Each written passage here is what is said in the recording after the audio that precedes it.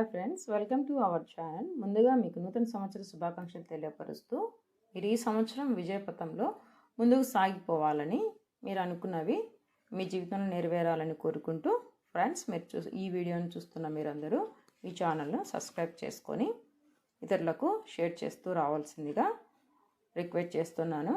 ఆంధ్రప్రదేశ్లో ఎంప్లాయీస్లో నూతన tension start అయిందనే చెప్పుకోవాలి. ఎందుకంటే ఆంధ్రప్రదేశ్ గవర్నమెంట్ ఎఫ్ఆర్ఎస్ విషయంలో ఒక సాఫ్ట్వేర్ని అప్డేట్ చేస్తూ షోకాజ్ నోటీస్ అనేటువంటి ఐకాన్ను జడ్జ్ చేస్తూ వచ్చింది. ఆంధ్రప్రదేశ్ అభివృద్ధి పథంలో నడవాలంటే ఎంప్లాయీస్ యొక్క సహకారం ఎంతైనా అవసరమని భావించిన ఏపీ సర్కారు డ్యూటీస్ పట్ల నిర్లక్ష్యం కలిగి ఎంప్లాయీస్కు షోకాజ్ నోటీస్ ఇష్యూ చేయడానికే ఈ యొక్క యాప్ను అప్డేట్ చేస్తూ వచ్చింది. ఈ పథంలో పనివేళలు పాటించని ఉద్యోగులకు షోకాజ్ నోటీసులు ఆటోమేటిక్గా జారీ అవుతాయి. వైద్య ఆరోగ్య శాఖలో పనివేళలు పాటించని ఉద్యోగులకు ఎఫ్ఆర్ఎస్ యాప్లో ఆటోమేటిక్గా షోకాజ్ నోటీసులు ఇవ్వాలని ఆ శాఖ మంత్రి సత్యకుమార్ యాదవ్ గారు అధికారులను ఆదేశించడం జరిగింది.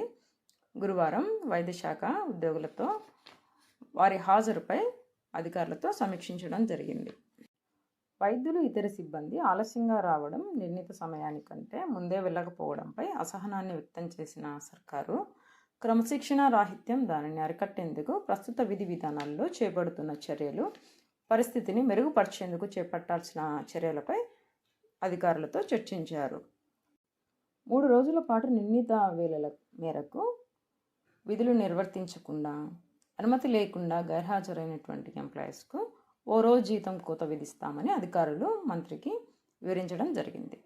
ఈ సమీక్షలో వైద్య శాఖ ప్రత్యేక ప్రధాన కార్యదర్శి కృష్ణబాబు గారు, డిఎం డాక్టర్ నరసింహులు గారు పాల్గొన్నారు. ప్రభుత్వం రానున్న రోజుల్లో ఉద్యోగుల విధి విధానాల్లో కఠినంగా వ్యవహరిస్తుందా అన్న సందేహాల్లో ఉద్యోగుల్లో సర్వత్రా ఉత్కంఠ లేకపోలేదు. ఏది ఏమైనా మునుపటి ప్రభుత్వం విడుదల చేయని పిఆర్సీ, ఐఆర్, డిఏలు బకాయిలపై, కాంట్రాక్ట్ ఎంప్లాయీస్ల రెగ్యులైజేషన్పై సర్వత్రా ఉత్కంఠ